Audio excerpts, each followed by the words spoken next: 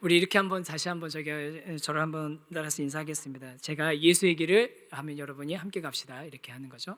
우리 성구 역신 예배 때 했던 거 예수의 길을 한번 더 예수의 길을 함께 갑시다. 우리 옆에 있는 분에게도 한 분이 예수의 길을 하면 옆에 있는 분이 함께 갑시다 이렇게 한번 인사 한번 하시죠. 예수의 길을 함께 가는 올 한 해 되면 좋겠습니다. 어제 이제 저녁에 이렇게 설교 준비를 막 하고 있는데요. 우리 전체 교역자 카톡방에 카톡이 하나 올라왔어요. 우리 청소년부 담당하고 있는 이상인 목사님이 카톡을 하나 올리셨는데 그 노래를 하나 올리셨더라고요. 자이언티라는 가수가 있습니다. 자이언티라는 가수의 눈이라는 노래를 하나 올린 겁니다. 그래서 노래를 틀었더니 가사가 이래요. 내일 아침 하얀 눈이 쌓여 있으면 해요. 그럼 따뜻한 차를 한 잔 내어 드릴게요.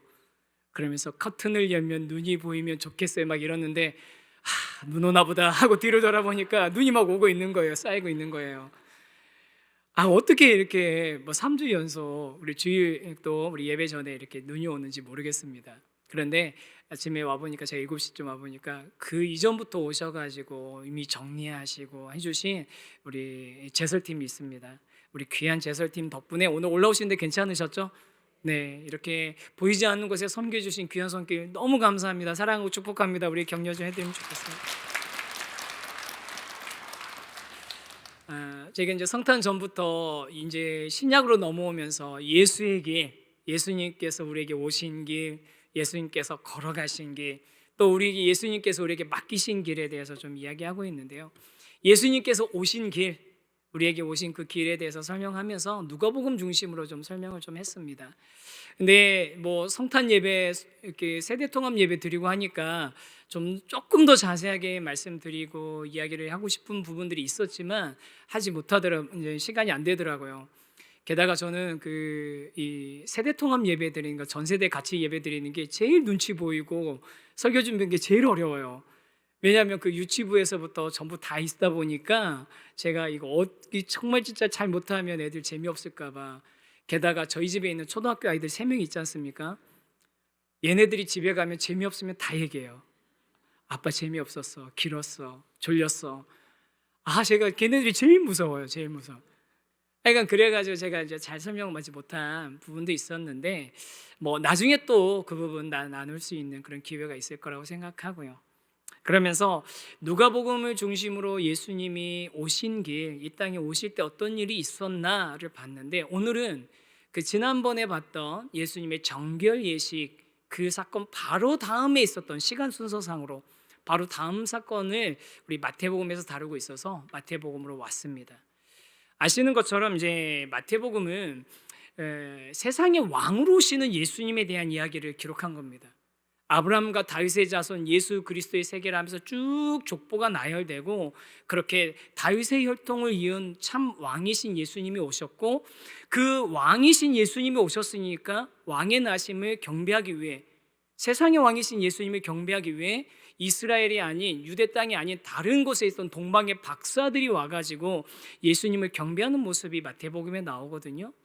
동방의 박사들 그러면 우리는 맨날 이렇게 동방 박사 낙타 3마리 보니까 3사람이 왔을 것 같잖아요. 그렇진 않아요. 이 사람들은 지체가 높으신 분들이고 또 재력도 충분한 분들이고 또 굉장히 신분이 높은 분들이면서 이렇게 많은 그런 무리들을 거느리고 왔었을 겁니다. 그 무리들이 예루살렘에 도착해가지고 왕을 찾으니까 예루살렘은 뭐 발칵 뒤집혔겠죠.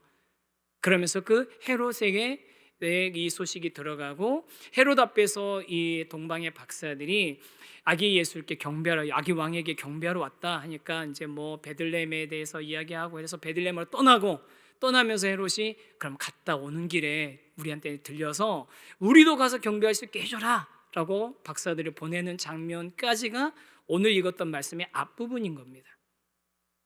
그렇게 박사들이 이제 헤롯의 이야기를 부탁을 듣고 가서 예수님께 경배하고 다시 헤롯에게 돌아갔어야 되는데 주의 사자가 경고해줘가지고 헤롯에게 가지 않고 이제 다른 길로 가죠.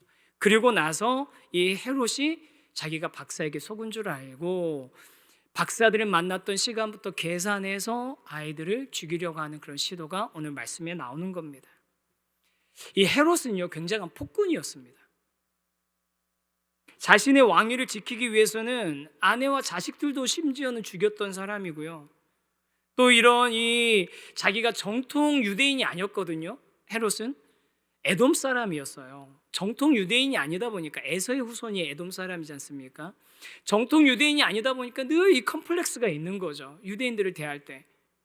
게다가 왕이지만, 여러분, 헤롯이 왕이지만 진짜로 이 시대의, 이 세상에 지금 현재의 왕은 누굽니까? 진짜 왕은 로마의 황제죠. 헤롯은 진짜 왕은 아닌 거예요. 로마 황제가 등극할 때 그 정치적으로, 그다음에 세금을 많이 걷어서 경제적으로 이렇게 서포트를 했기 때문에 자기가 이 유대를 다스리는 그런 그 특권을 얻게 된 그런 상태인 겁니다. 진짜 왕이 아닌 거예요. 그러니까 헤롯은 여러 가지 면에 있어서 지금 현재 굉장히 불안한 상태에 있는데, 그런 상태에 있는 자기에게 이런 마음에 늘 자신의 자리가 불안하고, 누가 혹시 이 자리 탐나는 것 아닌가, 누가 다른 유력한 사람이 이 자리 뺏는 것 아닌가 하는 그런 불안함이 있었던 상태였는데, 그런데 왕이 태어났다고 하니까 헤롯이 거기서 그냥 탁 선을 넘어가 버리는 거죠. 그래서 그 박사들에게 속은 것을 알자마자 시간을 역산해가지고서 베들레헴에서 만 2살 이하의 아이들을 다 죽이는 그 유명한 영아 살해 사건을 헤롯이 일으키게 되는 겁니다. 하지만 여기 보면 우리 주의 천사가 요셉에게 현몽해가지고서 지시해 주셔서 요셉과 그 아기 어머니를 데리고 애굽으로 피신하게 되는 이런 장면이 오늘 읽었던 말씀인데요. 이 장면에 보면 아까 마태복음이 누구에 관한 이야기라고 했습니까? 세상의 왕으로 오신 예수님에 관한 이야기이고, 그 세상의 왕으로 온 아기 예수님이 있고, 이 장면에 또 어떤 왕이 있는 겁니까? 세상의 왕 헤롯이 등장하는 거예요. 오늘 이 두 왕의 모습을 보면서 우리가 어느 길을 따라가야 되는지, 올 한 해 우리 세우신 교회가 우리 성도님 한 분 한 분이 어떤 길을 가야 되는지 같이 한번 생각해 봤으면 하는데요. 첫 번째 헤롯의 길은 어떤 길이었냐면요, 우리 한번 같이 한번 읽어보겠습니다. 시작. 고통을 참지 못하고 쾌락을 쫓는 헤롯의 길. 고통을 참지 못하고 쾌락을 쫓는 길이 바로 헤롯의 길이었습니다. 극심한 불안함을 느낀 헤롯이 박사들이 찾아온 때를 기준으로 계산해서 2살 이하의 아이들을 다 죽이려고 시도하고 실제로 죽였거든요. 헤롯은 자신이 가지고 있는 지위, 권력, 그리고 힘을 빼앗기지 않기 위해서 무지한 생명도, 아무런 그런 잘못이 없는 무고한 생명도 가차없이 죽이려는 그런 시도를 하고 있는 겁니다. 이런 헤롯의 마음을 좀 잘 설명한, 헤롯의 행동을 잘 설명한 책이 하나 있는데요. 최근에 읽고 있는 도파민 네이션이라는 그 베스트셀러더라고요. 그 책을 좀 읽다 보니까 헤롯이 그런 마음에서 이랬겠구나라는 게 조금 이해가 됐어요. 이게 무슨 얘기냐면요, 도파민이라는 이렇게 신경 물질이 있는데, 이 물질이 현대인들에 있어서 쾌락과 고통에 관한 것들을 이렇게 관장하는 그런 호르몬이라는 물질이랍니다. 근데 현대인들이 이 도파민이라는 것에 점점 이렇게 자극하는 그 물질에 점점 경도되어 가고 있는 그런 현상을 분석한 책이 도파민 네이션이라는 그런 책인데요. 이 책에서 저자가 설명하는 게 뭐냐면, 사람이 계속해서 고통을 피하고 쾌락을 쫓는 쪽으로 계속 발전해 왔다는 거예요. 고통은 피하고 쾌락은 쫓는 쪽으로. 이렇게 설명을 어떻게 하냐면, 고통과 쾌락에 대해서 이렇게 수평 저울 같은, 시소 같은 모양으로 돼 있어서, 고통이 커지면 쾌락이 줄어들고 쾌락이 커지면 고통이 줄어드는 그런 구조를 가지고 있답니다. 물론 조금 더 복잡한 뭔가 있는데, 이제 간단하게 설명하면 이런 식인 거예요. 고통과 쾌락의 관계가. 그러니까 사람들은 고통은 최대한 피하려고 하고 쾌락은 최대한 쫓으려고 하는 그런 방향으로 계속 흘러간다는 거예요. 사람들이 끊임없이 고통으로부터 도망치려고 하고 수평 저울의 반대쪽에 있는 쾌락을 추구하려고 한다는 겁니다. 이런 면에 있어서 이 헤롯은 도파민에 중독되어 있는 그런 사람이었던 거죠. 고통, 불안, 고민은 최대한 그로부터 벗어나려고 하고, 아주 조금 더 견디지 못하고 자신의 가지고 있는 힘과 권력으로부터 가지고서 이 고통과 이 불안과 고민으로부터 최대한 도망쳐서 자신의 쾌락을 추구하는 그런 사람이었던 것입니다. 그런데 이 책에서, 도파민 네이션이라는 이 책에서 이 도파민을 추구하는 이 시대에 또 이 사람들이 이 성향이 가지고 있는 가장 큰 문제가 뭐냐라고 하면, 치명적인 문제점이 뭐냐면 점점 더 많은 양의 쾌락을 원한다는 거예요. 점점 더 많은 양의 쾌락을 원한다는 건 무슨 얘기입니까? 반대로 점점 더 고통이라는 것을 견딜 수 없어 한다는 거죠. 작은 고통도 견디지 못해 한다는 거예요. 책에서 이렇게 얘기합니다. 한번 책에 있는 인용 그대로 있는 건데 한번 같이 한번 읽어볼까요? 시작. 결과적으로 지금의 우리는 더 많은 보상을 얻어야 쾌감을 느끼고 상처가 덜하더라도 고통을 느낀다. 이러한 기준 변화는 개인 수준뿐 아니라 국가 수준에서도 일어나고 있다. 점점 우리는 더 많은 보상을 얻어야지만 쾌락을 느끼고, 상처가 덜 하더라도 아주 작은 상처에도, 작은 고통에도, 작은 불안에도 너무너무 큰 고통을 느끼고 그것을 견뎌하지 못한다는 거예요.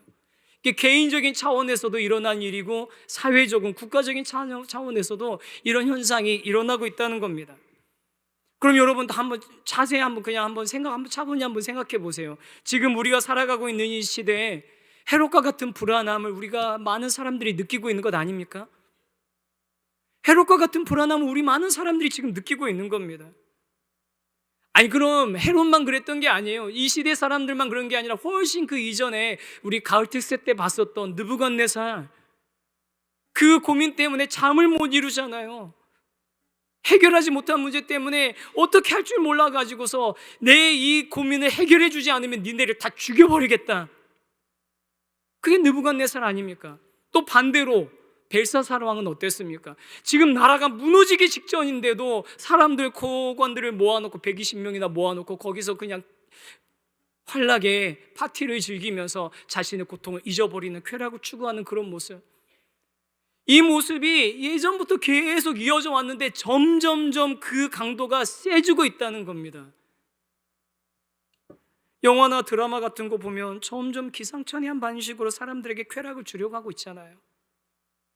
또 반대로 우리 많은 사람들이 아주 작은 고통도 참고 견디지 못해가지고 정말 그 고통, 나에게 조그만 그런 어떤 불편이라도, 나에게 조그만이란 손해라도 끼치면 견디지 못하는 게 지금 이 시대 아닙니까?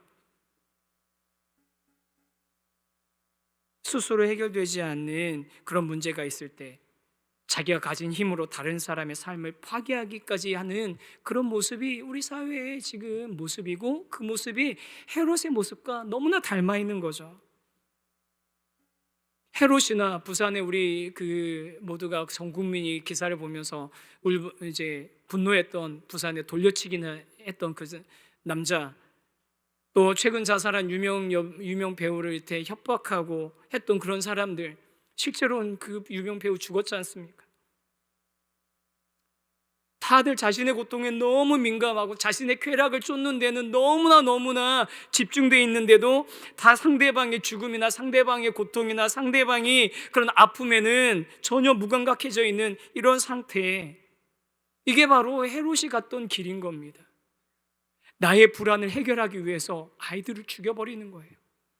아이들이 몇 명이었는지 모르겠어요. 그 몇 명인지 몇십 명인지 몇백 명인지는 모르겠어요. 자료를 찾아보니까 다 다르더라고요. 몇 명인지 모르겠어요. 그런데 그 몇 명인 게 중요한 겁니까? 나의 불안함을 해소하기 위해서 아무 죄도 없는 아이들을 죽여버렸다니까요.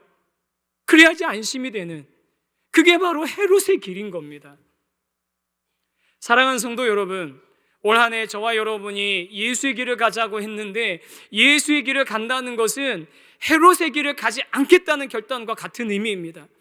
저와 여러분이 올 한 해 헤롯의 길을 가지 않는 그런 하나님의 사람들 되시기를 주님의 이름으로 간절히 축원합니다. 다른 사람은 어떻게 되든 나만 고통받지 않으면 된다는 생각, 다른 사람은 어찌 됐든 나만 쾌락을 채울 수면, 내 쾌락을 채울 수만 있다면 무엇이든지 할 수 있다는 그런 생각, 우리가 절대로 그 생각과 그 길을 따라가서는 안 됩니다. 그것은 헤롯의 길입니다. 요즘 우리나라 사회에 마약 문제가 심각해졌다고 하는데, 마약이 아주 대표적인 헤롯의 길을 따르는 도파민 중독된 사람들의 모습인 거죠. 나의 쾌락을 위해서, 엄청난 자극을 위해서, 점점 더 큰 자극을 위해서. 우리 사랑하는 성도님들 중에 지금 혹시 마약하고 계시는 분들 계시면 올 한 해 끊으시는 역사가 있기를 소망합니다. 이럴 때 또 아멘 하시면 내가 끊는다고 생각할까 봐 마음이 못 하시죠. 여러분, 마약만이 아니에요. 여러분, 마약만이 아닙니다. 돈, 도박, 술, 섹스, 이런 것들이 주는 쾌락, 그 쾌락을 추구하면서 정말로 나의 쾌락을 추구하는 데는 늘 혈안이 돼 있고, 그것을 어떻게든 채우고 싶어서 안달을 하고, 반대로 내가 견뎌야 되는 고통, 내가 견뎌야 되는 불안, 그런 것들은 조금 더 견디지 못해가지고 바르르 떠는 그런 삶이 아니라, 그런 쾌락에 쫓겨가고 쾌락에 끌려다니는 삶이 아니라 그 반대 방향, 예수의 길을 당당하게 걸어갈 수 있는 저와 여러분의 삶이 되기를 간절히 소망합니다. 정말 그렇게 됐으면 좋겠어요. 제가 말한 것 외에도 우리가 중독될 수 있고 의존할 수 있는 것들 많이 있잖아요.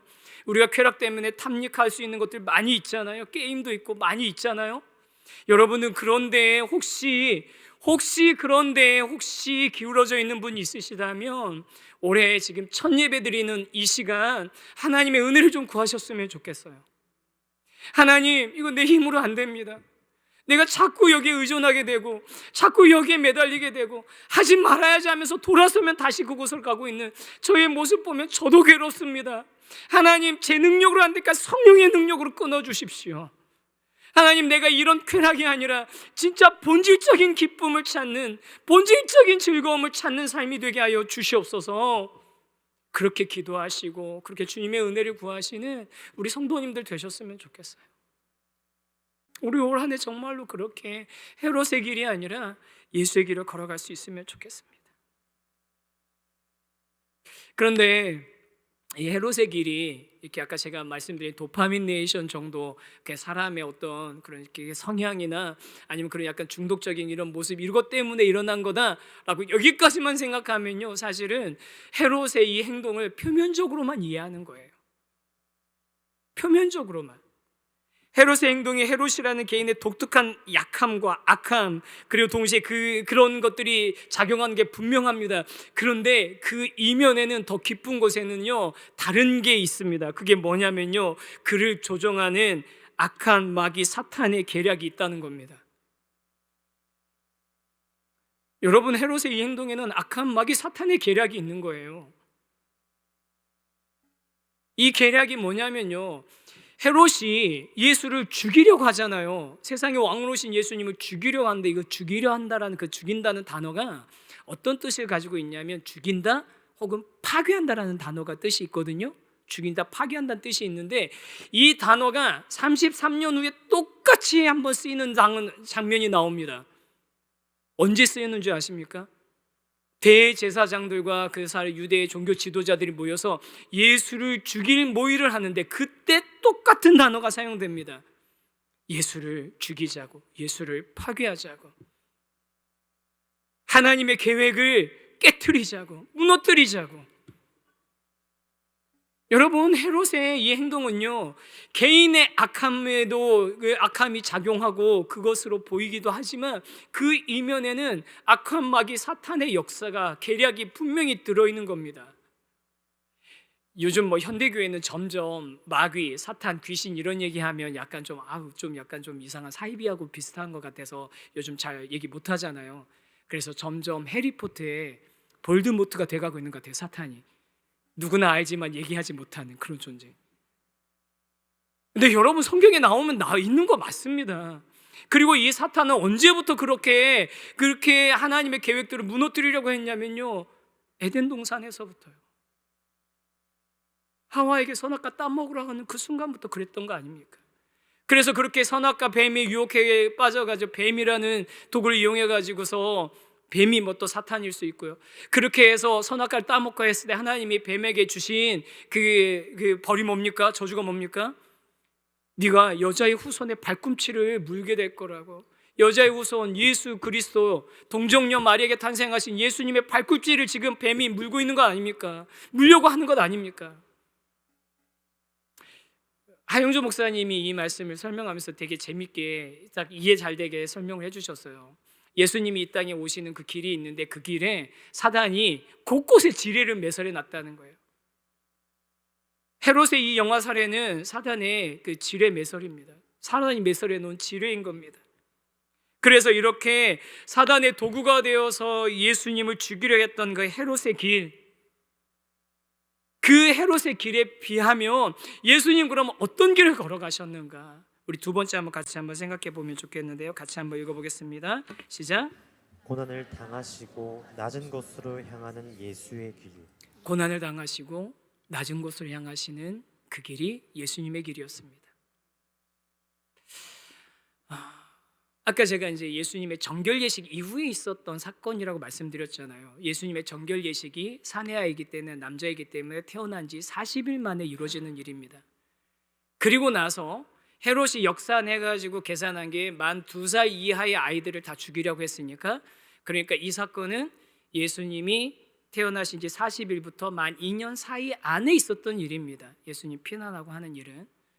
근데 학자들은 대부분 이게 예수님 태어난 지 한 6개월 어간에 일어났던 일이라고 그렇게 이야기를 하더라고요. 6개월.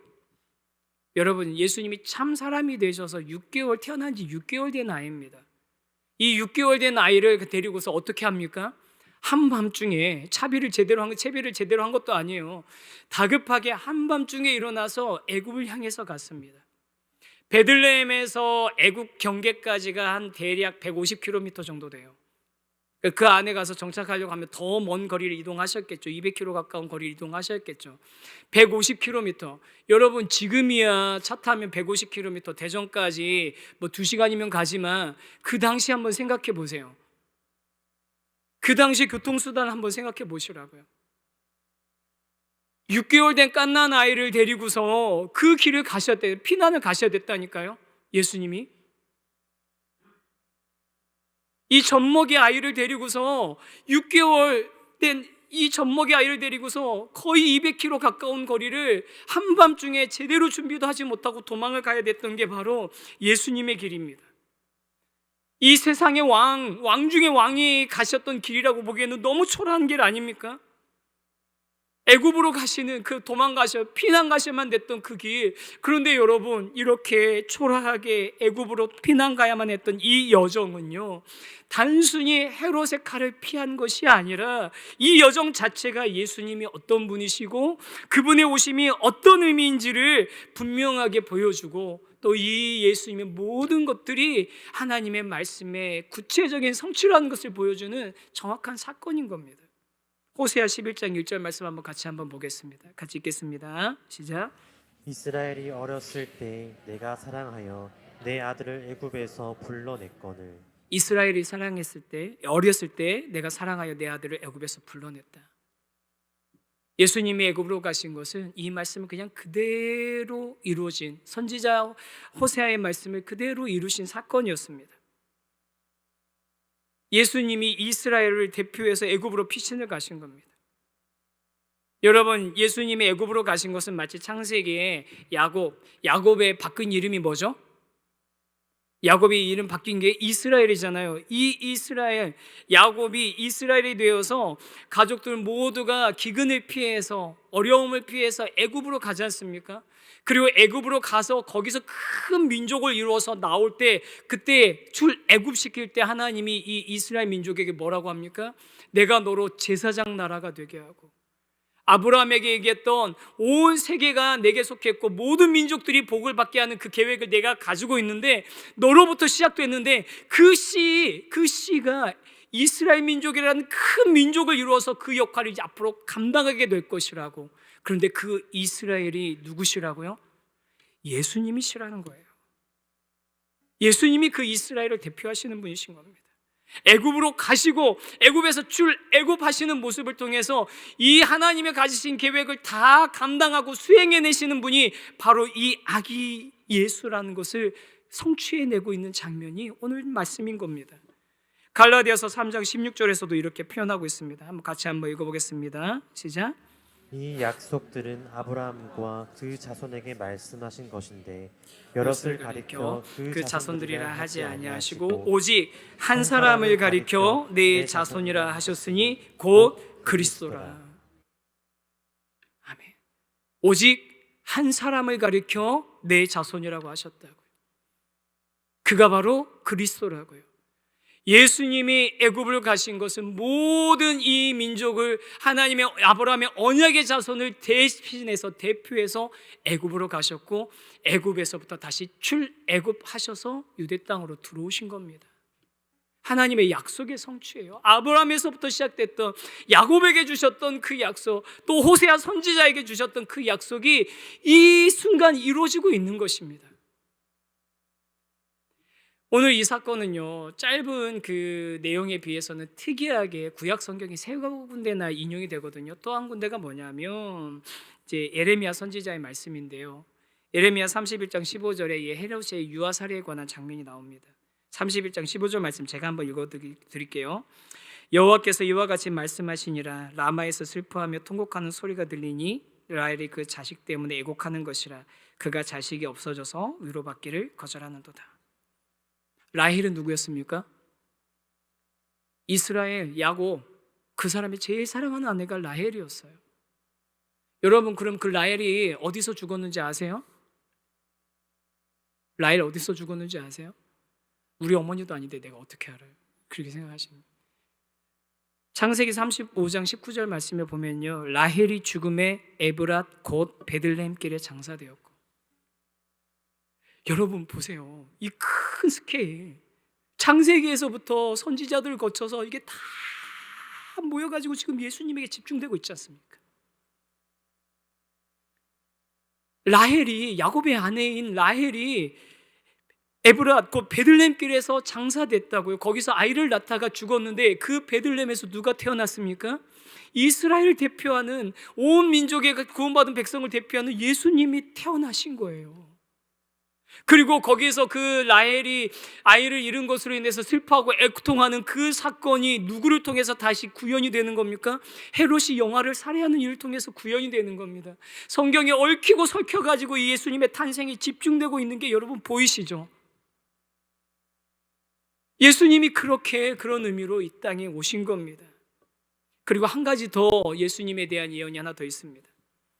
헤롯이 이제 헤롯이 비참하게 죽거든요. 죽었다는 소식을 듣고서 그 요셉의 가족이, 예수님의 가족이 이제 다시 돌아오는데 바로 예루살렘으로 가지 못해요. 왜냐하면 그 아들 아킬레오 때문에 또 해를 당할까봐 어디로 가냐면 갈릴리 나사렛으로 갔다라고 기록이 되어 있습니다.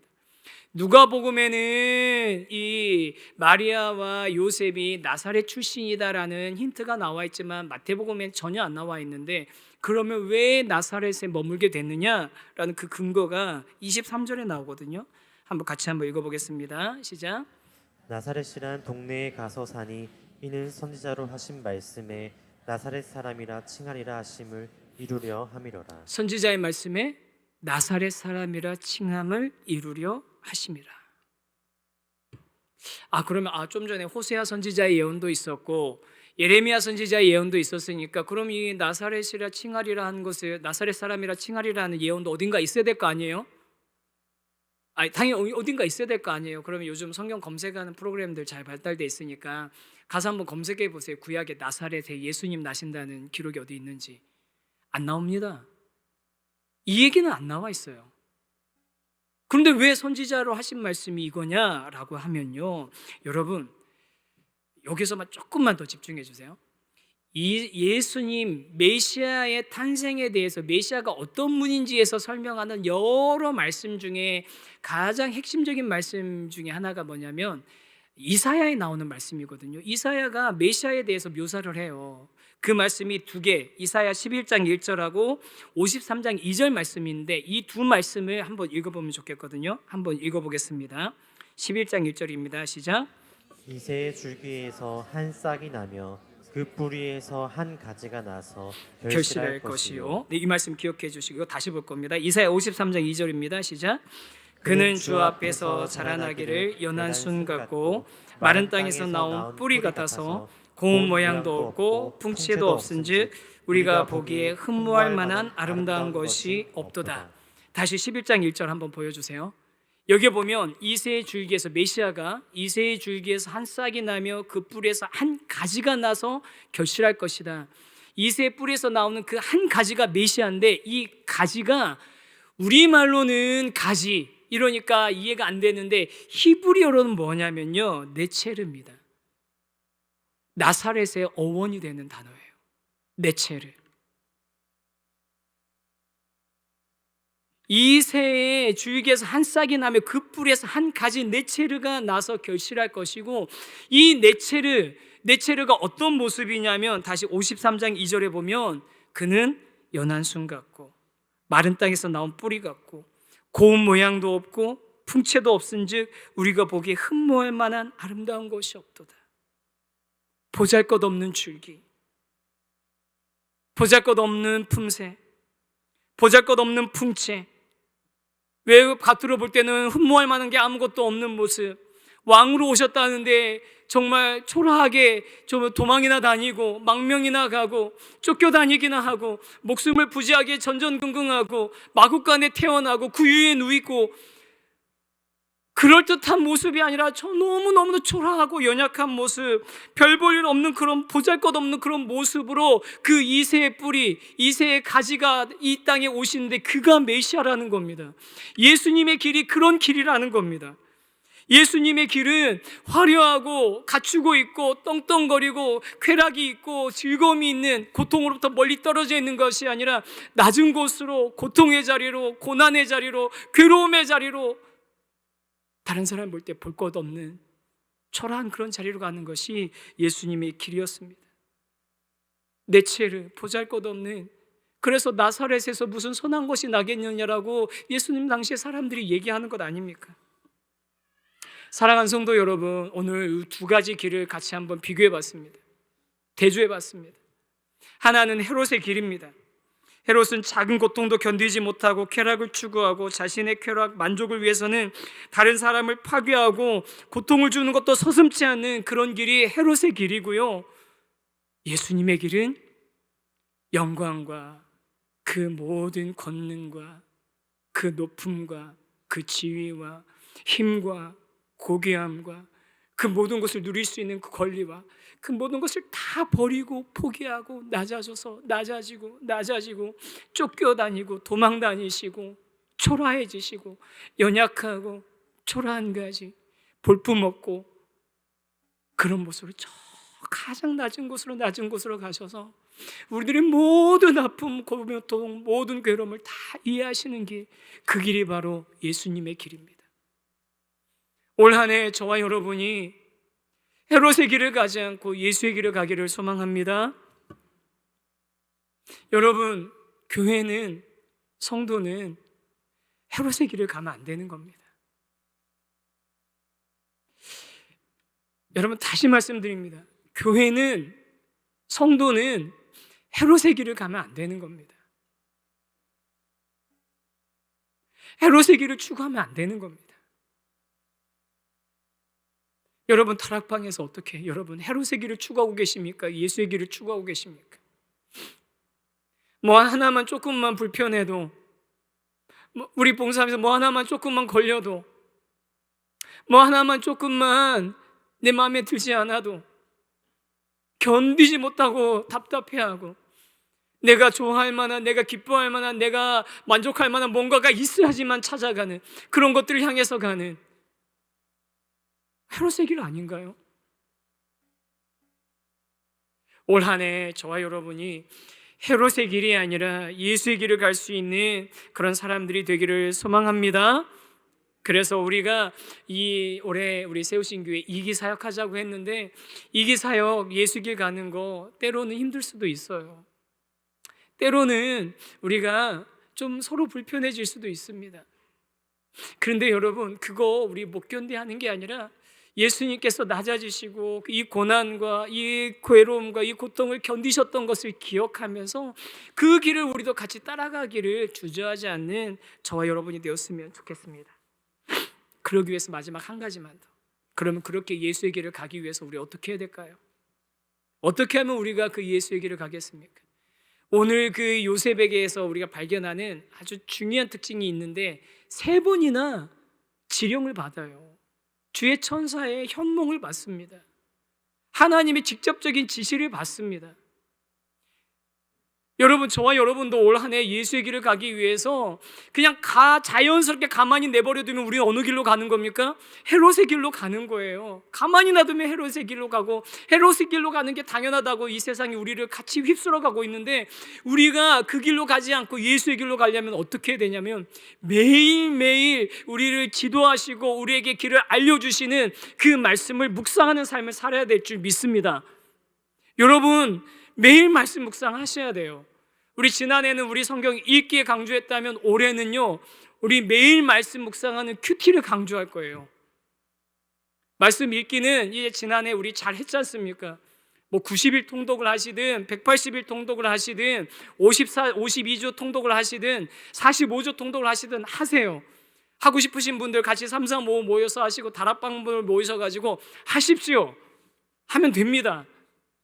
그런데 올해는요 그냥 이렇게 읽는 것도 중요하지만, 중요한 거 성경을 잡는 손 항상 묵상하고가 있어야 되거든요. 매일 말씀을 묵상하는 일들을 할 겁니다. 우리 새벽 기도회가 우리 매일 말씀 큐티의 본문으로만 그냥 설교하는 게 아니라 같이 묵상하는 시간으로 조금씩 우리 바꿔서 하고 있습니다. 그리고 이번 수요일부터 우리 말씀 묵상학교 큐티 학교 합니다. 여러분, 예수에게 가길 원한다고 하면서 가만히 그냥 있으면 예수에게 가십니까? 아니, 가만히 있으면서 예수에게 가지냐고요. 가만히 있으면 헤롯의 길로 우리는 휩쓸려 갈 수밖에 없다니까요. 그래서 우리가 예수에게 가자고, 말씀 묵상하자고, 매일 말씀 붙들고 살자고 하는 거예요, 저희들. 우리 이번에 이 말씀 묵상하는 거 배우는 좋은 우리 강사 모셨습니다. 꼭 오세요. 그리고 매일 말씀 묵상 시도하세요. 새벽기도 나오셔서 말씀 묵상하세요. 아니, 새벽에 저녁에 말씀 시간 맞춰놓고 매일매일 주님의 지령을 받으셔야 됩니다. 그 지령 받지 않으면 우리는 가만히 놔두면 헤롯의 길로 가는 거예요. 올해 우리 귀한 성도님들, 저와 여러분 함께 그 예수의 길을 매일 우리 주님의 그 지령을 받으면서 걸어갈 수 있는, 포기하지 말고, 우리 이제 신년 첫 주입니다. 이제 첫 주입니다. 우리 포기하지 말고 우리 함께 그 길을 당당하게 또 힘차게 걸어나가는 저와 여러분이 되기를 간절히 소망합니다.